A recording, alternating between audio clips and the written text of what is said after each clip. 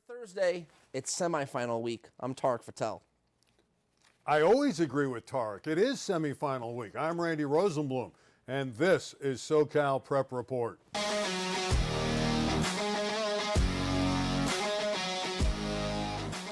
15. I think we're going to have to see St. John Bosco throw here.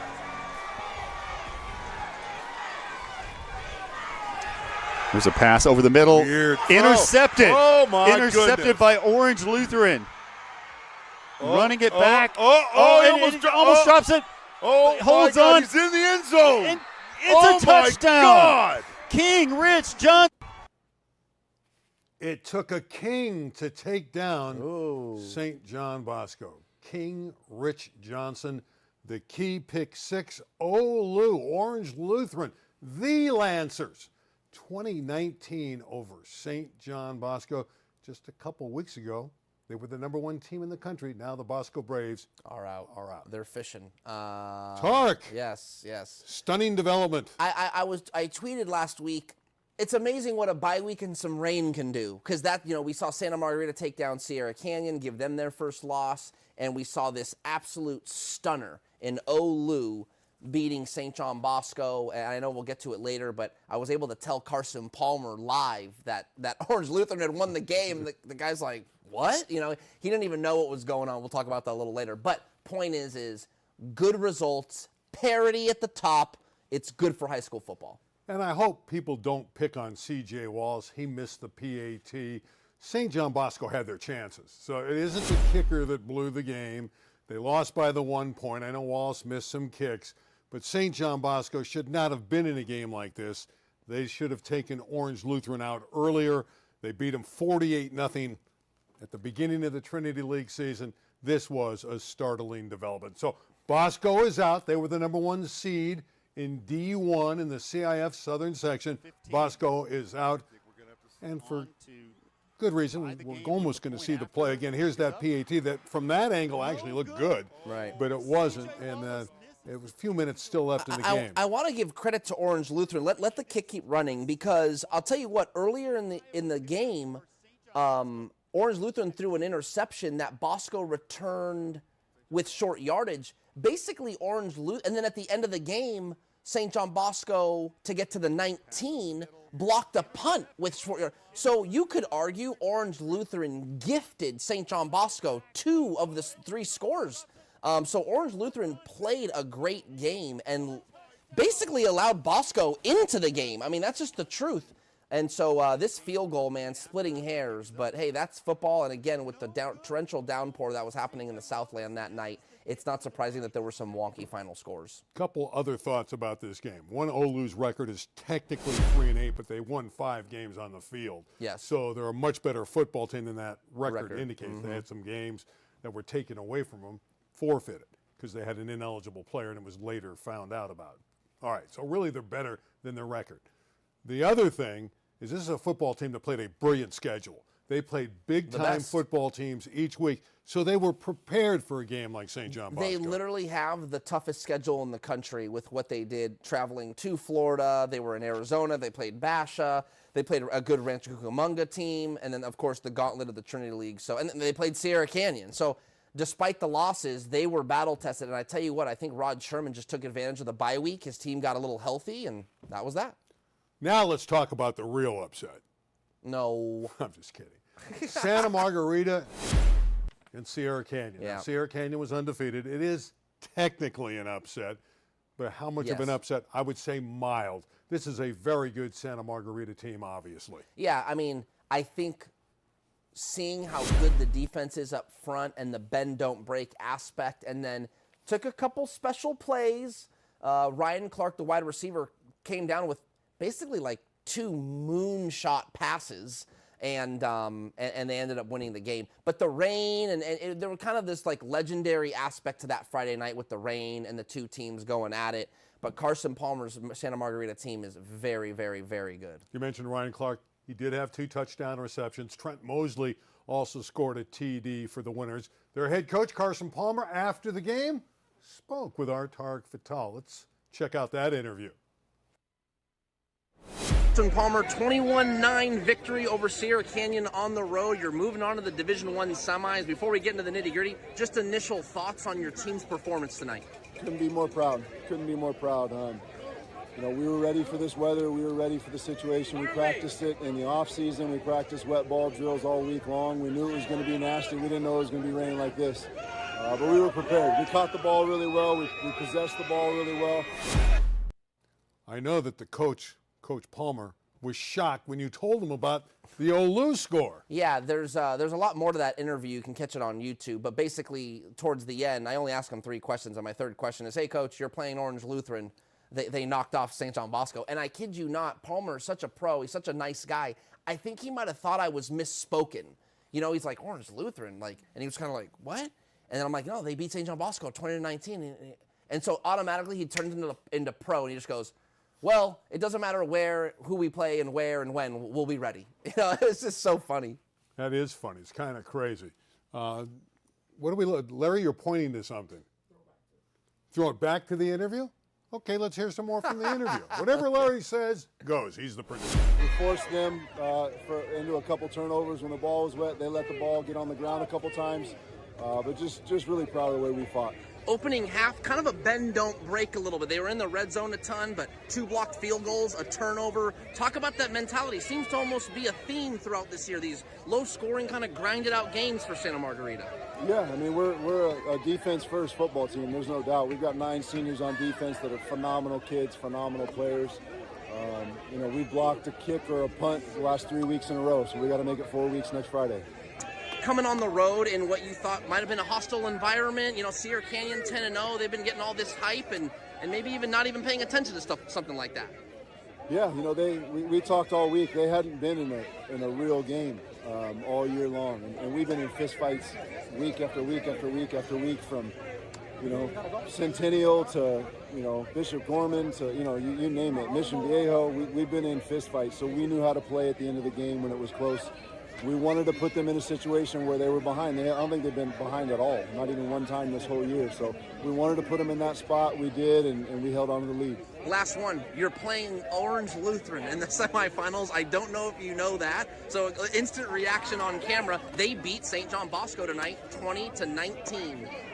Maybe your initial reaction to that, you're playing the Lancers next week. I don't care who we play, where we play, when we play, what the conditions are, we'll be ready. Pretty professional answer. I like that answer. Real professional answer by Carson Palmer. There's a lot of surprises about the D1 playoffs in the Southern section. To me, though, maybe the greatest surprise, as much as the big upsets, is Mater Dei shutting out Mission Viejo. Not winning the game, that's not a surprise. Beating them 20-0. Mission Viejo hasn't been shut out since 95. Maybe 1895, but 1995. And the passing combinations that Mission Viejo has, great quarterback, tremendous receivers. How did Mater Dei shut them out? I think when Mater Dei beat St. John Bosco in Week 10, it gave them a shot in the arm, a new vote of confidence, a new energy that they actually started to become and believe they were the team to beat in Division I. And it's not exactly wrong. With that win over Bosco, they might be the front runner in Division I. Well, we're going to find out because next they'll get Corona Centennial on the road. Corona Centennial will host Mater Dei, but Centennial was dominant over Servite. They had a tremendous running game. Their running back is very good. That is Malachi Davis, 170 yards and a couple touchdowns. Well, I'll tell you this quick little tidbit, and Centennial is very capable of beating Mater Dei again. But what's interesting about Mater Dei is every year, Randy, they're pretty much generally the team to beat. It's always someone else that they've beaten that has revenge toward them. This year, if they're going to win this thing again, they'll have to beat 2 teams they've likely already beaten in Corona Centennial, who they've already lost to, and Santa Margarita, who they've already lost to. Given that Santa Margarita beats Orange Lutheran. Very interesting, different dynamic for this Mater Dei team in the postseason. Really is, but Mater Dei's playing well. Got to give them a shot. Yes. They certainly have a chance going back to Centennial. And I always go back, even though they lost that first match earlier this year, they had a quarter where they outscored the Huskies 29-0. I remember. And they're going to think that they might be able to do that again. Of course, they fell into a huge hole. Centennial jumped to like a 35-0 lead, something like that. It was Right. dominant early. Anyway, that's next week's game. All right, let's move on and talk about D2, Murrieta Valley over Rancho Cucamonga. Two good teams. Kind of surprised by the discrepancy, the size, the advantage for Murrieta Valley. Yeah, Murrieta Valley. Remember, let's not forget, this is a team that was in the D2 final last year. They're just in familiar territory and physical. They got athletes. They got a running back in Jeremiah Watson. Rancho Cucamonga has somewhat eked its way to that Division II quarterfinal. So something about Murrieta Valley being a little more confident in itself and feeling like it belongs, I'm not surprised by the victory. Okay, we'll move fairly quickly on some of these other scores. Lusinger, a good win over a solid Chaparral team. Quick comment on that Yeah, one? Jason Miller's got the Olympians playing good football. D3, some scores to talk about as well. Chino Hills over Notre Dame of Sherman Oaks. Big. Now, this was considered a picket game going in. Chino Hills has a solid unit. I previewed this game for the Daily News, and I picked Chino Hills. That's the baseline league. They're both physical and athletic. It's just too much for Notre Dame. Tarek gets them all right. So it doesn't matter. Oh, no, I've gotten some wrong. I thought it was not very few. It was kind of a picket game. Here, speaking of picket games, this is a nice win for Edison. Yes. Inglewood's got a lot of athletes. Yeah, no, that's a good little win, and you could tell clearly a grinded out. It's a defensive game, and so to win 9-7, you take it however you can get it, especially in the playoffs and especially with weather. These are D3 games. Let's move ahead. Talk about Rio Hondo Prep over Troy. This is Tarek's favorite team. It is. Because I think Tarek now has a bigger family than students at Rio Hondo Prep. yeah, no. This is, I think they've got, last year it was 71 boys. Now I think this year they have 82 boys. And they've beaten Thousand Oaks, and now they've beaten Troy. And now they got La Serna in the semifinal. So they're just this small little school taking down the Publix. All right, let's go jump back up to D1 and preview the games that are coming up. Maybe with some rain, although I think they might get through with a little precipitation, and participation. Okay, yeah. Thought I'd throw you off with that. Santa Margarita 8-3 again. Olu is not 3-8 on the field. They're 5-5 against the best schedule in the country. Your thoughts? Yeah, I think this is a game Santa Margarita is going to win. Orange Lutheran does not have the element of surprise anymore. Santa Margarita is going to be ready for their best punch. I'm sure Olu's feeling very confident about themselves. I wouldn't be surprised if that first half is tight and then Santa Margarita makes a few extra plays. Santa Margarita won the first matchup during the regular season in the Trinity League, 28-7. All right, how about Mater Dei and Corona Centennial? Centennial with the win over the Monarchs earlier. Mater Dei's coming on. Ryan Hopkins has developed as a quarterback in the system for Mater Dei. Corona Centennial, Matt Logan's team playing great football. Yeah, I think it's likely. Oh gosh, I think you're unsure. Yeah, I'm unsure, and I think Mater Dei is the front runner in this game, but I'm picking Centennial. I think lightning can strike twice. Don't say that with this weather. Yeah, that's a good point. That's not the term we Not want literally. Okay. All right, let's move ahead to D2 and some really nice matchups as This well. is a good one, man. Los Alamitos, Murrieta Valley. That is a terrific matchup. Lenny Ibarra, the young man who does everything for Los Alamitos, offensively and defensively. To me, he personifies what high school football is all about. Totally agree. Against Murrieta Valley. I don't know that Los Al is going to win it, though. I like the Griffins. I'm picking the Griffins. That's another probably underdog per se in that game, but I like Los Alamitos. I think they're hosting the game. I could be wrong. San Clemente and Lusinger. I think Lusinger might be the favorite, but San Clemente's coming on. Yeah, they're playing their best football at the right time, and they have a really good coach in Jaime Ortiz. So that being said, I'm picking Lusinger. I think that's a team that's more prepared for that game. San Clemente, I'm not saying it's a magical run. I'm not saying they're not capable, but something about Lusinger makes me feel like they are more prepared for the moment. Next division, we want to talk about these matchups. Should be D3 and is Pacifica of Oxnard, 12-0. Chino Hills, 10-2. Well, they should be good games at this stage. I think there's a lean toward Pacifica, but I'm not sure. I'm going with the Tritons. I think they've continued to – I don't want to pick against them. I think they've continued to prove not only can they move the ball downfield through the air, which is what they like to do, but they can play physical. When you beat Oak Hills and Bishop Alma, those are two teams that want to run the ball and they want to push you around. Well, it didn't work. That means that Pacifica is more physical than we all think. that Chino Hills team is physical and good too. That's going to be that could be the best game of the whole semifinals. The other semi is Edison and Palos Verdes. Palos Verdes, I just love the way that Gardner coaches this team. Ryan Rakowski, tremendous quarterback. I like their chances, but again, Edison is that team. Fundamental, great program. Yep. Always seems to be there at the end. Yep. But I think the lean has to be to PV. Totally agree. I'm going PV. I think I'm picking the quarterback. I'm picking Ryan Rakowski. It's like, give me this team. This game is so close. I'm just going with the team that I think has the best player on the field. And that's Rakowski, and we both agree on that one. We'll see if we agree on point counterpoint. Now, the question of the day is, was this the greatest upset ever with St. John Bosco falling to Orange Lutheran? Greatest upset in SoCal history, yes or no? I'm going to say yes, though I am not a historian of the Southern Section or even California football. It'd be a great question for Mark Tennis, Cal High Sports. That being said, the reason why I think it's such a big upset, no one expected it. 20-19, right? They did it only by a point. But more than anything, it's an avenging win over a loss that was 48-0 just a month ago. So to go from 48-0 to 20-19 in a win or go home situation, I mean, it made national headlines, Orange Lutheran winning that game. I don't totally disagree. We kind of agree on this one, but I'm going to throw a little bit of a curveball out. Let's hear it. I'm going to go to the state final. It happened to be played in Southern California at the Home Depot Center in 2006. And it's Canyon knocking off De La Salle. Now, De La Salle was undefeated, #1 in the country. A lot of people didn't think that Harry Welch's football team from Canyon Country should even be in the game. There was a team from Riverside that could have been in the game, but Welch's team got the nod and barely snuck into the game. And they win it by 2 touchdowns.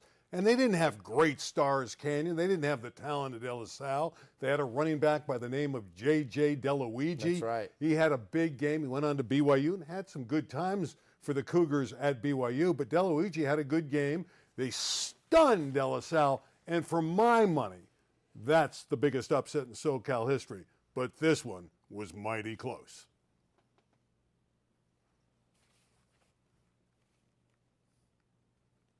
I think you can make the argument. No, the that's a really good one. Was that when De La Salle was on like some crazy winning streak? Hadn't they won like 60 in a row? No, they won 151 straight, but they got beat before that. Okay, so they got beat in 04. Okay, so this was after that. It was after that, but they were still a perennial champion and won other state titles after that. Love the 2-box right here. We should do this more often. We can get more arguments. Yeah, that's more good. Point counterpoints. I'm trying to think. I had another question for you, but I forgot what it was. Well, but we got time. We got 13 minutes left in the show. No, that's a good pull. I think I like that one. Which one? I like the 2006 game. You do? You agree with me? I mean, and I agree that your game was better. Oh man, this is point. Yeah, this is reverse. Yeah, there's no counter here. We like each other. We also like this city. So let's take a look at what happened in the city section. I know Carson, the #1 seed, played King Drew. Our producers are coming with it today. Oh yeah, man. this is a big. We need to win an Emmy for this guys, show. This box needs to happen more often. Continue. 27-2. Carson Fields again. The quarterback ran all over King Drew. He runs over everybody. Had a couple scores. Carson, #1 seed, no shock. Yeah, no shock, and I think absolutely the team to beat. And it has been like that all year long. I've been saying it. There's a collision course between Carson and Birmingham. Can they each keep up their end of the bargain, per se? And I think they can. Zastis Haregi. You better know that name. That's $1 million name. He's the running back at Garfield that rushed for over 400 yards in this game. Palisades was unbeaten. That's gone.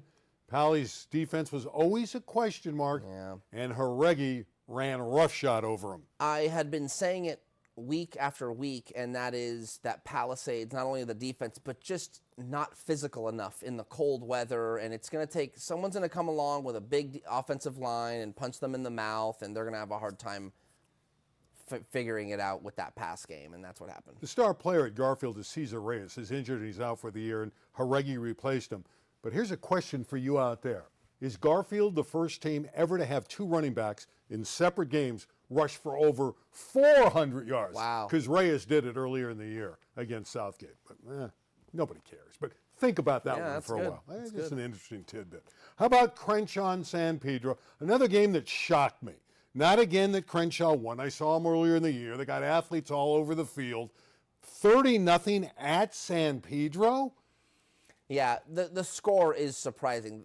The donut is surprising. But you know what? Hey, man, it just goes to show you maybe Crenshaw, maybe Crenshaw can knock off Birmingham. Let's hear it for Kyron Rattler in that game. He intercepted a pass for a touchdown, blocked a kick and returned it for a score. Again, Crenshaw only lost one game this year. They're very good. They have athletes. They lost to Hamilton, which is interesting. That was early, though. Yeah, Early in the correct, yeah. Like they could get Hamilton now. Probably. They'd like to play Hamilton now. Yeah, probably. Birmingham and Kennedy. Birmingham 55 now wins consecutively in the LA City section. Kennedy, Montez, great quarterback, goes out with a wonderful career, but it's Birmingham that advances. I actually spoke with Troy Cassidy yesterday. We were chatting, and he said that he felt like his football team played its best game. I believe it was 0-0 at the end of the first quarter. Then they might have only been trailing like a touchdown or two at halftime, and then they just couldn't catch up. But kudos to the Kennedy Cougars. First time in program history they've made it to the Open Division. And again, congratulations to Diego Montez for a great career. Are we not talking about enough about Kevin Hawkins, the quarterback at Birmingham? You know, he throws for better than 50%, nearly 1,000 yards, 13 touchdowns, only 2 picks. He's rushed, though, for 719 yards and 11 scores. He's this big chap that started his career at El Camino Real. He's big, physical, weighs about 255, 260 pounds. Tough to bring down. Do we not talk about Hawkins enough? Yeah, we probably don't talk about him enough, but this Birmingham team, if we're being honest, remember Mason White, Arliss Boardingham? I mean, there's been players that have been, even Ronald Hewitt, who's now at Chaminade. There's been these players that are marquee, like standout stars for the Birmingham teams that go on to win city championships. In my opinion, I'm not saying Kevin Hawkins isn't good. He's the starting quarterback and he's a standout player, but there isn't a star on that team. It's probably the most well-rounded team Jim Rose has ever had. We'll find out because the competition is going to be great this week with Crenshaw. How about Venice? We move on to the next division, which is D1. 35-8 over Franklin. This is impressive for Venice because Franklin can score. They pass the ball effectively. But the Gondoliers are obviously the top seed there and the favorite. Yeah, I think this is a team that is probably, like you said, the favorite, likely to win the Division I championship. I don't know if there's anyone that's going to be able to stop them. We'll find out. Southgate's got a good football team. Another team I saw earlier in the year gets good quarterback play, can score a little bit. You can see they knocked Gardena out of it. But I would agree with you, Venice is the favorite. How about the next one, City Section Open semifinals? Let's talk about those games. Garfield and Carson. Do you give Garfield a chance? Again, the way they run the football, can they keep the pigskin away from Carson? Yeah, they might need a perfect game, and I like what you're saying. Maybe they run the ball enough where Carson doesn't get enough possessions, and they can milk the clock a little, per se. Though I think Carson's the more dynamic team. And it's obvious that Garfield's got a great offensive line with 2 running backs running for over 400 yards. The common denominator is that offensive line. Then there's the Crenshaw-Birmingham game, which I think might be, and we talk about all these Southern Section games, this could be the most fun game of the weekend. Yeah, I think this is, for the Daily News, I wrote it up as the game of the week, just given it's Crenshaw, there's kind of some history. They've had some great players, so on and so forth. And then you've got Birmingham, who is really the top team in recent years. The more modern juggernaut here in the city section as of late is the Patriots. So something's got to give on Friday night. How about Dorsey and Southgate? That's another interesting game. Should have some points scored. I tell you what, Southgate to me is a team that's likely got a bad taste in its mouth. I don't know if you remember how they lost. I'm pretty sure they lost the wild finish against Chatsworth last year. It was a bad kickoff. Chatsworth ended up getting a field goal, and it was honestly one of the wackiest finishes I've ever seen.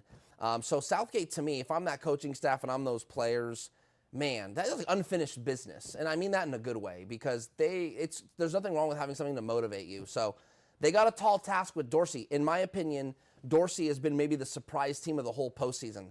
I've almost picked against them like every week. So are you picking against them again? No, I think I'm going to go Dorsey now, so I think I'm going to go Dorsey in this game, but wouldn't be surprised. Southgate's got that little chip on its shoulder. That can be a team with a chip on its shoulder can be dangerous. I like the Dons as well. I think Dorsey's got too many athletes to win the football game. I do want to mention this game in the lower division. Cleveland, highly seeded. Fairfax has got guys eligible now. Both teams have had a losing record.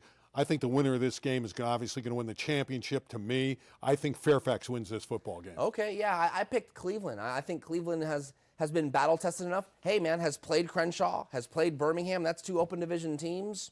You know, I think there's nothing that Fairfax is going to throw at them they haven't seen, so I like the Cavs. I like Fairfax is going to throw athletes at them they haven't seen because they didn't play earlier in the year. Okay. So there's some new guys out there. Fairfax has gotten eligible. I see what you're saying. So I think these eligibility guys are going to make it a little bit different. All right, here are some of the top performances. This is my Tarek board because these are some of his favorite running backs this week. Ty Hall from Saugus, Lenny Ibarra, Los Alamitos, Rideau from Oaks Christian, who I know you've seen a lot.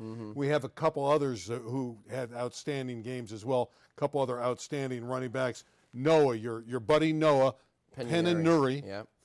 He had another big game for Rio Hondo Prep, and Jacob Jimenez. So 5 running backs on our top performance board this week. Yeah, Penunuri is a player that just, I mean, no one can stop him. That Rio Hondo Prep story, like I mentioned earlier in the show, is tremendous. So can he do it again is the question. And usually the answer is yes. And then Deshaun Rideau, man, I mean, USC commit. That Oaks Christian team, Randy, has dropped in such a low division where Devon Benjamin, who's going to Oregon, and Deshaun Rideau is going to USC. There's no one else these teams have to combat that type of athleticism and that kind of dynamic athlete. So it's boded well. However, they are playing La Habra, and I think Deshaun Rideau is questionable. So if Oaks Christian was without Deshaun Rideau, La Habra is I think the team to beat. Tough game. I remember a long time ago, similar matchup. La Habra had to come out and play Camarillo out there. And Camarillo beat him, I want to say 56-49. Wow. High scoring game. Going to be a good game. La Habra's a great program, but that's a long schlep to go out there. I kind of like Oaks Christian in the game. Okay, yeah. I wouldn't be shocked if La Habra got him. Frank Mazzota, man. I mean, probably one of the better coaches like ever, and no one really talks about him. Let's talk about the alumni club. Some of the guys who've stepped up. One guy comes to mind immediately, the running back Jordan Davison, out at Oregon. He had another huge game. Davison, he had 2 touchdowns in the win over Minnesota, playing for the Ducks. We have other guys here. Noah Fafita, he's the great quarterback who played at Servite. He's now the all-time touchdown leader, 68 touchdown passes in his career. He threw a couple touchdowns in the win over Cincinnati. And then turning to the pros, Larry, our producer, loves this football team in Carolina. Coming around. Bryce Young, how about 448 yards for the former modern-day Monarch? Franchise record? Franchise record in the win over Atlanta. Yeah, I think he threw 2 or 3 to Tetsuroa McMillan. I mean, that's a Trinity League connection right there. So, you know, the most impressive thing about Bryce Young isn't so much his play, it's the resilience. Remember, this guy got benched last year, was ready to be written off, and now he's playing very well. I was tempted to start the show this week being downcast about the San Fernando Valley, and in particular Chatsworth, California, because last week I talked about potentially 4 state champions from Sierra Canyon. Oh, yeah. So what has happened? We talked about the football team dropping the game, so they can't win a state title. Now their girls volleyball team, which we thought was, I don't want to say a cinch to win it all. They had beaten Mater Dei in the CIF finals. Yep. They get them in the regionals again, and this time they lose to them. Yeah, that's why you play the game. There's a chance you could lose. So yeah, it's funny. Everyone was talking about, not everyone, but a lot of talks about Sierra Canyon being able to win a state championship in multiple sports. Well, 2 have been nixed now. And I tell you what, Sierra Canyon basketball almost lost last night to Long Beach Millikan without their transfers. Yep, they almost lost the game. They won at the buzzer. Correct. Yeah, 67-65. Okay, here's your top 10. This is kind of like a little preview. Then we'll say goodbye. Yeah. There's the top 10. Are you still number 1 with Sierra Canyon? Yeah, I mean, with their, they don't have Brandon McCoy, Brandon Martinson, Dylan Grant, and I'm telling you, remember this name, JJ. It's JJ Sati Greer, I think is his name, and he is very, very good. He's only a sophomore. Point is Sierra Canyon with its transfers is the team to beat on paper. Harvard Westlake, perennial power for David Rabibo. Sterling's the star there, but they struggled a little bit in their first game. Yeah, you know, all these games are openers. Last night I saw Redondo Union and Crean Lutheran. Crean Lutheran looked good early, and then Redondo Union looked better late. You know, it's the opening week of the season. There's some cobwebs out there, but yes, Harvard Westlake I think will have some growing pains this year. I'm going to see a basketball game Saturday night. Shalhevet and Valley Torah. It's Shalhevet High School. That'll be interesting. Two undefeated teams. Neither of those teams will be on my top 10. I'll say that much. Well, they're 2-0 and 1-0 respectively. Where are you going this weekend? On Saturday I'll be at Pauley Pavilion for the Trinity Mission League Challenge. All those teams will play against each other at Pauley Pavilion. It's an all-day event, so be sure to get down there. Wind it up. You're ready to throw the paper. Show's over. We'll see you next week right here on SoCal Prep Report. Tee it up and fire away, Mr. Tarek Fatal. He hits the camera every time. I hope you enjoyed the show. So you liked my take with J.J. DeLuigi.